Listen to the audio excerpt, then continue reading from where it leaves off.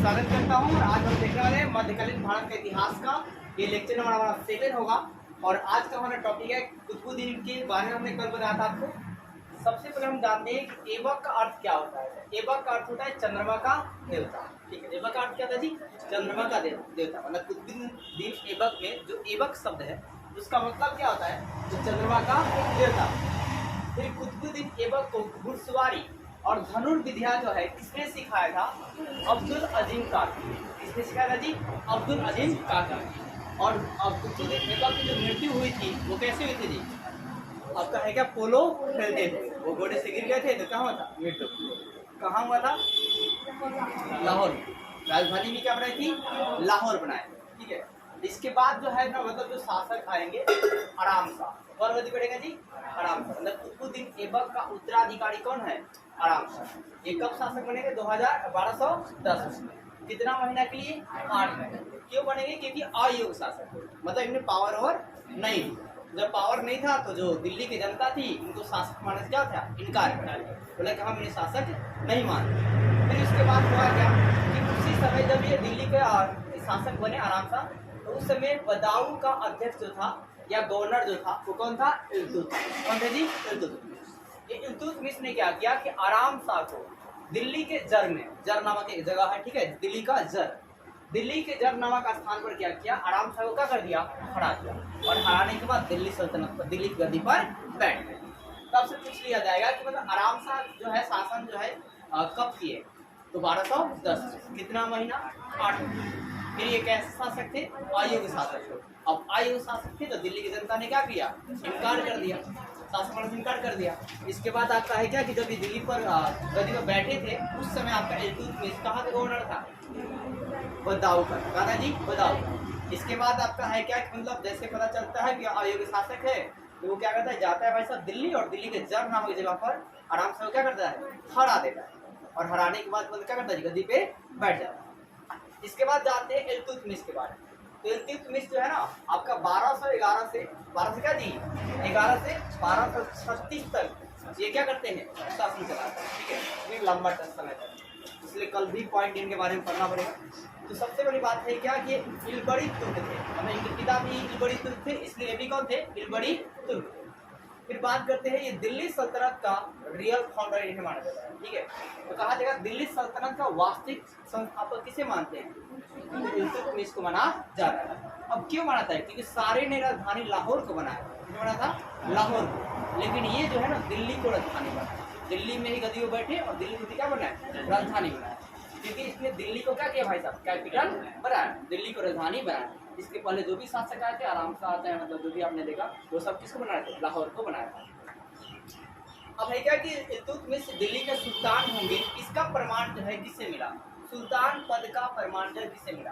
तो सुल्तान पद जब भी प्रमाण मिलेगा ना खलीफा के द्वारा मिलेगा, और उस समय जो खलीफा रहेगा वो देगा। ठीक है, तो सुल्तान जो पद का प्रमाण जो है कर दिया तो बगदाद के खलीफा, कहाँ थे जी? बगदाद के खलीफा मुल्तान सिर बिला। किसने दी जी? मुल्तान सिर क्या जी? बिला। तब पूछा जाएगा इल्तुतमिश को सुल्तान पद का प्रमाण किसने दिया? तो मुल्तान सिर बिला। अब मुल्तान सिर बिलार जो है कहाँ के खलीफा थे? तो बगदाद के खलीफा थे जी, बगदाद। अब बात करते हैं इल्तुतमिश का बचपन का नाम क्या था? तो अल्तमश था। क्या था जी? अल्तमश था। बाद में अल्तमश से क्या बन गया? इल्तुतमिश। फिर पूरा नाम क्या है? शमसुद्दीन। क्या नाम है जी? शमसुद्दीन इल्तुतमिश। क्या नाम है? शमसुद्दीन इल्तुतमिश। पिताजी का नाम क्या है? इलम खान। क्या है जी? इलम खान। और ये भी एक इल्बड़ी तुर्क है। ठीक है, फिर आपका है क्या? सुल्तान की उपाधि धारण इसने क्या किया? सुल्तान की उपाधि का क्या जी? धारण किया और अपने नाम का क्या पढ़ाया? खुतबा पढ़वाया। मतलब लोग जाते हैं मुस्लिम में पढ़वाने के लिए दरगाह के पास, मतलब कि खुतबा पढ़ाने के लिए, बहुत जो अमीर अमीर होते हैं वो लोग। फिर उसके बाद आपका है क्या कि मतलब कार्य के बाद, जैसे अजमेर और खासकर कार्य की बात करते हैं तो सबसे पहले इन्होंने काम क्या किया? तो सबसे पहले ना दिल्ली के अमीरों का क्या किया? दमन किया। मतलब जितने दिल्ली के जो अमीर थे उनको लूटा उटा, मतलब दमन कर दिया। ठीक है, दूसरा काम क्या किया कि 40 तुर्कों का अमीर, 40 तुर्की क्या जी? अमीर और गुलाम दलों का एक संगठन बनाया जिसे तुर्कान एक चहलगामी या चालीसा दल कहा जाता है। तो आपसे पूछा जाएगा कि चालीसा दल किसने बनाया? ठीक है, लगा लीजिए। 40वां दल जो है किसने बनाया था? तो इल्तुतमिश ने बनाया था। इस 40वां दल में कौन थे? तो 40 तुर्क आमिर थे। कौन थे? 40 तुर्क आमिर थे। और कौन थे? गुलाम दलों का संगठन था। फिर आपका है क्या? अमीर का मतलब आप बोल सकते हैं कि मतलब क्या होता है? सेना का अध्यक्ष, ठीक है, मतलब सेना जो लड़ने जाती है ना उसका एक मेन मालिक होता है वो। फिर आपका है क्या कि 1200, तीसरी बात करते हैं, 1215 में याल्दोज को तराइन के मैदान में इन्होंने क्या किया? पहले परास्त किया, मतलब पहले हरा दिया, फिर बंदी बनाया, फिर उनकी हत्या कर दी, ठीक है। इसे तराइन का तृतीय युद्ध कहा जाता है। आपसे पूछा जाएगा तराइन का तृतीय युद्ध किसके बीच हुआ? तो इल्तुतमिश और किसके बीच? खुबाजाक। कब हुआ? तो 1215 में हुआ। कहाँ हुआ? तराइन के मैदान में ही हुआ। और भाई साहब क्या होते हैं इसमें? कौन हार गया? कौन हारा जी? खुबाजा हार गया। सॉरी याल्दोज हार गए। कौन हार गए? याल्दोज। अब बात करते हैं क्या चौथा बात इसने क्या किया? बंगाल पर देखिए, बंगाल का एक गयासुद्दीन आजम खिलजी जो है वो आपका वहाँ के शासक है, ठीक है। तो इसने इल्तुतमिश ने कहा कि बंगाल पर भी मेरा अधीनता चलेगा, मैं जो कहूँगा वही मतलब यहाँ पर होगा। तो जो बंगाल के जो शासक थे क्या जी? गयासुद्दीन आजम खिलजी, ठीक है। इन्होंने अपने आइडिया के मतलब क्या किया कि अपने मतलब रूढ़िता के कारण नहीं माना। अब नहीं माना तो उसने क्या किया? बंगाल पर आक्रमण कर दिया, और आक्रमण करने के बाद उसे हरा दिया, और फिर वहां पर अपना जो है अधीनता को मनाया। अधीनता मतलब मेरा यहाँ पर कब्जा रहेगा, मेरा यहाँ पे शासन चलेगा।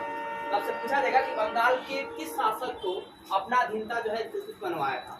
किसको जी? गयासुद्दीन आजम खिलजी को बनाया था। कैसे बनाया था? तो आक्रमण कर, पहले एक बार कहा था प्यार से, नहीं माने तो आक्रमण कर।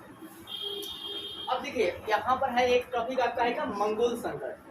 तो मंगोल संकट की बात करते हैं कि मंगोलिया का जो शासक था वो कौन था? Genghis Khan. कौन था जी? Genghis Khan. अगर आप गूगल पर सर्च मारेंगे ना चंगेज खान, तो बहुत जो भयंकर पिक्चर दिखेगा आपको मुस्लिम शासक में, वो चंगेज खान होगा, ठीक है। तो है क्या जी? चंगेज खान या तेमुचीनी। क्या जी? इसका नाम क्या था? तेमुचीनी, ठीक है। मतलब इसका वास्तविक नाम जो है ना तेमुचीनी है। इसको भारत में चंगेज खान कहा जाता है।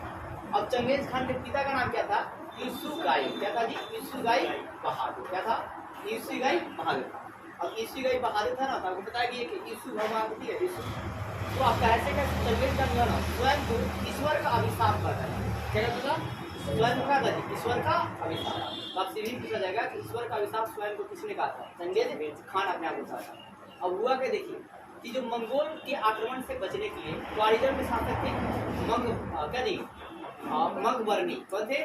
मंगवर्णी थे। मतलब एक मंगवर्णी थे जो कहाँ के थे? आपके ख्वारिजम के शासक थे। कहाँ थे? ख्वारिजम शासक। अब मंगोल जो है ना इस पर आक्रमण करना चाहता था। कहाँ? ख्वारिजम पर, ठीक है। और आक्रमण करके इनको मारना चाहता था। अब इनको मारना चाहता था तो ये भागे भारत। कहाँ भागे? भारत। तो भारत में इन्होंने शरण मांगा इल्तुतमिश से। शासक उसी का था दिल्ली में। इल्तुतमिश शरण मांगा, इसने शरण जो है नहीं दिया, क्योंकि वो किसका दुश्मन है? Genghis Khan.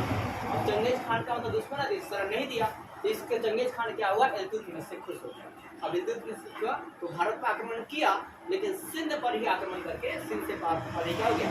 लौट कर चला गया। दिल्ली सल्तनत पर आक्रमण नहीं किया। ये बात इसके बाद कल देखिएगा।